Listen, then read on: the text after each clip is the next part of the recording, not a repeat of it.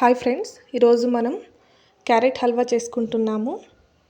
చాలా సింపుల్, చాలా ఈజీ అండి. చాలా అంటే చాలా టేస్టీగా ఉంటుంది.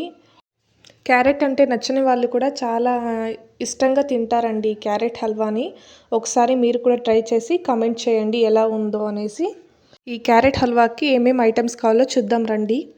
తురిమిన క్యారెట్ 1 కప్పు, 1/2 కప్పు షుగర్ అండి, 1/2 లీటర్ మిల్క్ని బాగా కాచి 1/4 లీటర్ అయ్యే వరకు చేసుకున్నానండి. కొద్దిగా నెయ్యి, మీకు ఏ డ్రై ఫ్రూట్స్ కావాలో అది యాడ్ చేసుకోండి. యాలక్కులు. ముందుగా ఒక పాత్ర తీసుకొని అది బాగా వేడైన తర్వాత అందులోకి నెయ్యి మీకు ఎంత కావాలంటే అంత యాడ్ చేసుకోండి. ఇందులోకే మనం డ్రై ఫ్రూట్స్ని వేసి ఫ్రై చేసుకోవాలండి, బాగా ఫ్రై అయ్యే వరకు.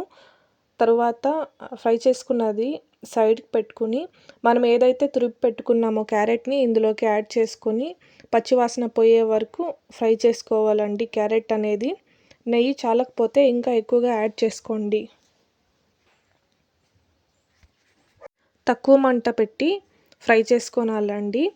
క్యారెట్ కలర్ అనేది కూడా yellowish కలర్లో వస్తుందండి. మీకు ఒక ఐడియా రావాలంటే అలా బాగా ఫ్రై చేసుకున్న తర్వాత మనం ఏదైతే మిల్క్ అనేది కాచి పెట్టుకున్నామో ఆ మిల్క్ చల్లారకపోయినా పర్వాలేదండి, అలాగే కూడా యాడ్ చేసుకోవచ్చు, లేదా చల్లారిన తర్వాత కూడా యాడ్ చేసుకోవచ్చును.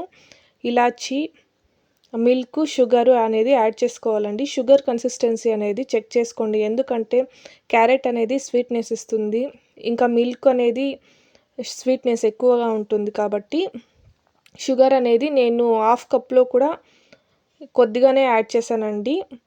షుగర్ అనేది నాకు అప్పటికే ఎక్కువ అనిపించింది, అందుకు నేను షుగర్ అనేది కొద్దిగా మిగిలిచ్చేసానండి.